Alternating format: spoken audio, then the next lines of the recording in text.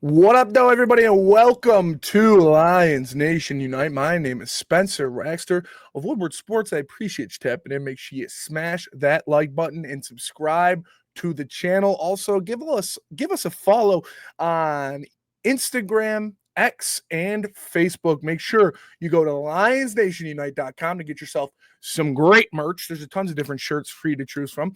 Lions Nation Unite is a platform created by Herman to bring content creators of all different walks of life for the Detroit Lions together to bring you guys the best possible coverage for your football team. And now, obviously, the Lions play football this week. The Hall of Fame game is on Thursday, and training camp is well underway for the Detroit Lions. Now, there's a lot of different things that have been going on in camp. Isaac Tesla looks really good. Aiden Hutchinson looks really good. Terrion Arnold is shining.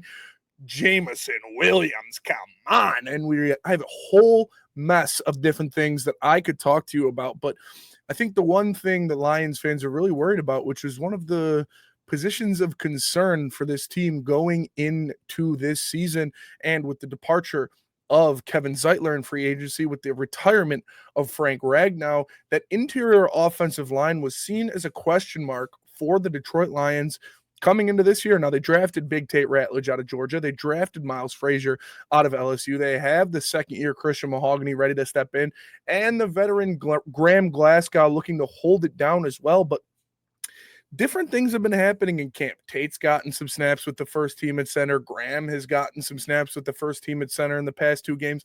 I expect them to go Graham Glasgow at center this year just because that center and quarterback exchange has to be on point. It has to be two guys that are very comfortable with each other.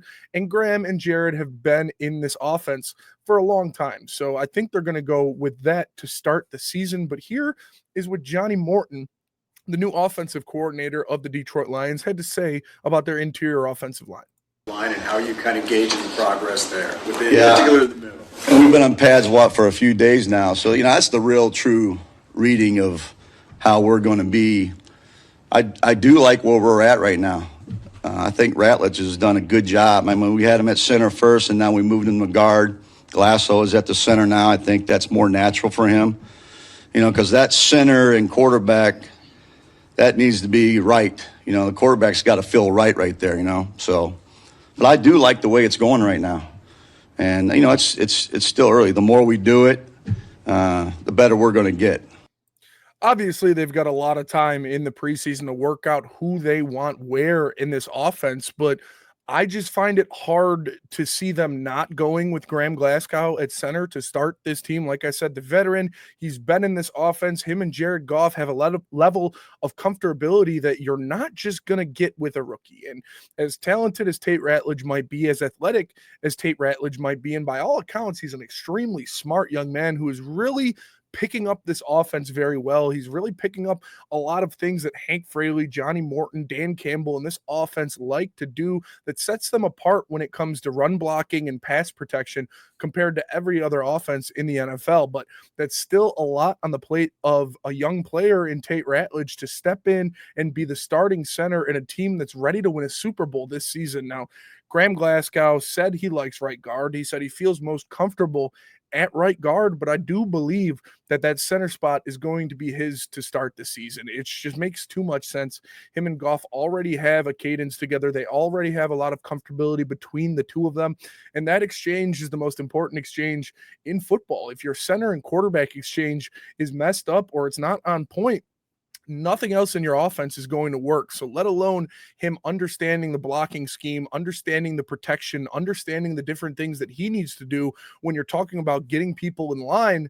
Him and Goff have a level of stability between the two of them that I don't think you can imitate with a rookie. I do believe that Tate Ratledge is going to be the center of the future for this team, but I would be extremely surprised if we saw him starting week one at center. There's just so much that goes into that position. You are really the quarterback of the offensive line, and I think putting all of that pressure on a rookie might not be the best idea, and I think the offense is thinking the same thing. They gave him some snaps the first couple games the first couple days of camp at first team center. I would love to see him start the Hall of Fame game at center to get some live snaps, just a couple series, because you don't want him out there too long because he's going to be starting on this offensive line, but just to give him some good feels at that center spot, whether it be Kyle Allen or Hendon Hooker or whoever is taking snaps from him. I think it would be important to see Tate Ratledge do that in the Hall of Fame game. I think that's a good way to get him comfortable in this system. Like I said, the kid's a freak athlete. He had a 9.99 RAS score out of 10.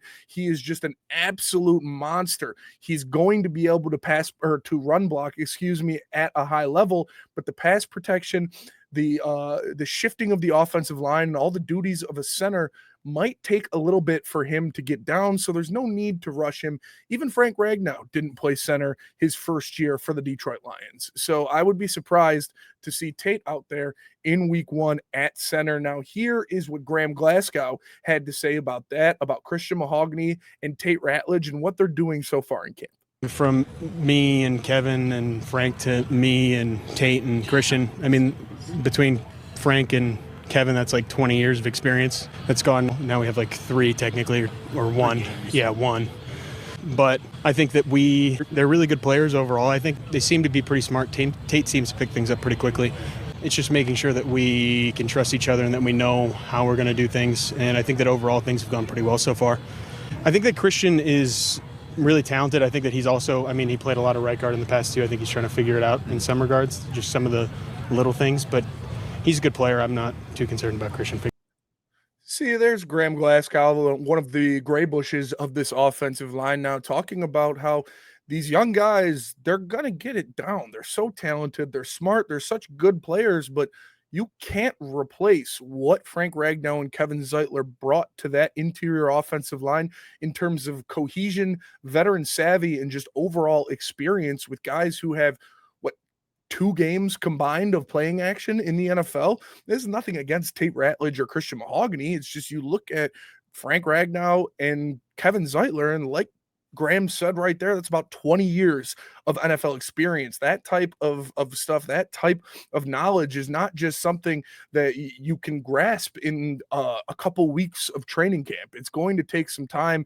It's going to take some trial and error, and there might be some bumps in the road at the beginning of the season because this is truly the first action in the NFL. Obviously, Christian Mahogany got a couple spot starts last year when Graham had to miss a few games, but he is now walking into that starting left guard spot pretty much solidified for him. Tate Ratledge is walking into a starting spot day 1 of his NFL career. So it's going to take some time for these guys to get the cohesion down. It's going to take some time for these guys to learn how to play, not only in the NFL with the speed and the power of these defensive linemen and linebackers that you see around the league, but play together and not be stumbling over each other's feet, and make sure that everybody is synonymous with what they need to do. So I'm not too worried about it, because these guys are nasty. These guys are maulers. Like I said, Christian Mahogany is just, they call him the dirt bag for a reason. He's going to go out there and he's going to punch you in the fucking mouth. And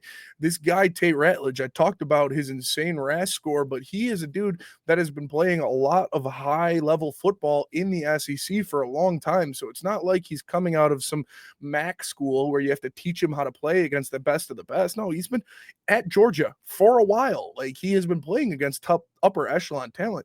Unfortunately, in the NFL, it's a whole new ball game. So it's a lot that they're going to have to learn and a lot that they're going to have to get down. But I am not worried about one thing, and that's they're going to be able to run the ball. You look at the pieces that we know have been there before: Penei Sewell, Graham Glasgow, Taylor Decker. Those are 3 very good veterans on that line to help ease these young guys into it. But Christian Mahogany and Tate Ratledge are going to have no problem when it comes to run blocking. These guys are 2 savages. They're savages out there.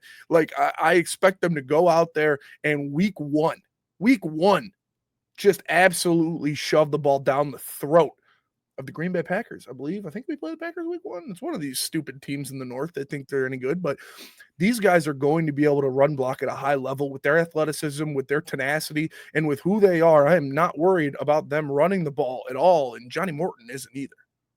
David and Jameer on the field together a little bit here and there. Just what do you like about those 2 on the field together? What challenges does that pose to a defense? Well, go ask a defensive coordinator where you got your 5 best players on the field.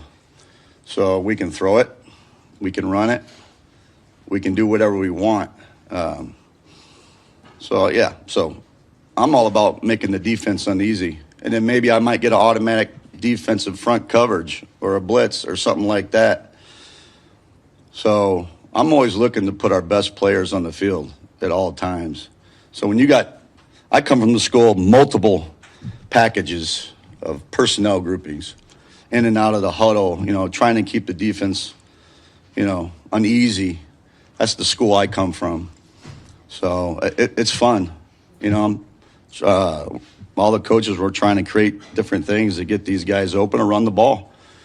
So it's going to be a cool thing.